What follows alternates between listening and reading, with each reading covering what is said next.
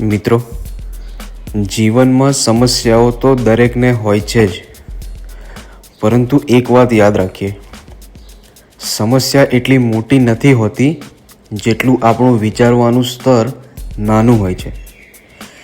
જ્યારે આપણે માત્ર પરિસ્થિતિને જોઈએ છીએ ત્યારે તે પહાડ જેવી લાગે છે, પરંતુ જ્યારે આપણે દૃષ્ટિકોણ બદલીને ઊંચા વિચારથી પરિસ્થિતિને જોઈએ છીએ ત્યારે એ જ પહાડ રસ્તો બની જાય છે.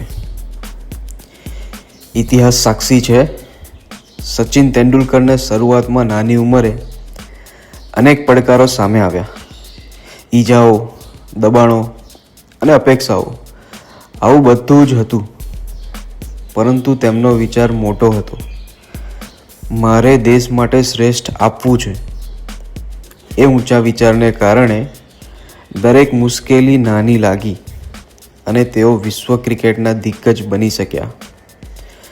જ્યારે આપણે કહીએ છીએ કે આ મુશ્કેલ છે, ત્યારે આપણે સમસ્યાને શક્તિ આપીએ છીએ, પરંતુ જ્યારે આપણે કહીએ છીએ કે હું શીખીશ, હું ઉકેલ શોધીશ, ત્યારે આપણે આપણી અંદરની શક્તિને જગાવીએ છીએ. વિચાર મોટો તો પરિણામ મોટું. વિચાર સકારાત્મક તો રસ્તો સર્જનાત્મક. ચાલો આજથી જ નક્કી કરીએ, સમસ્યાને નહીં, પોતાને મોટા બનાવવું છે.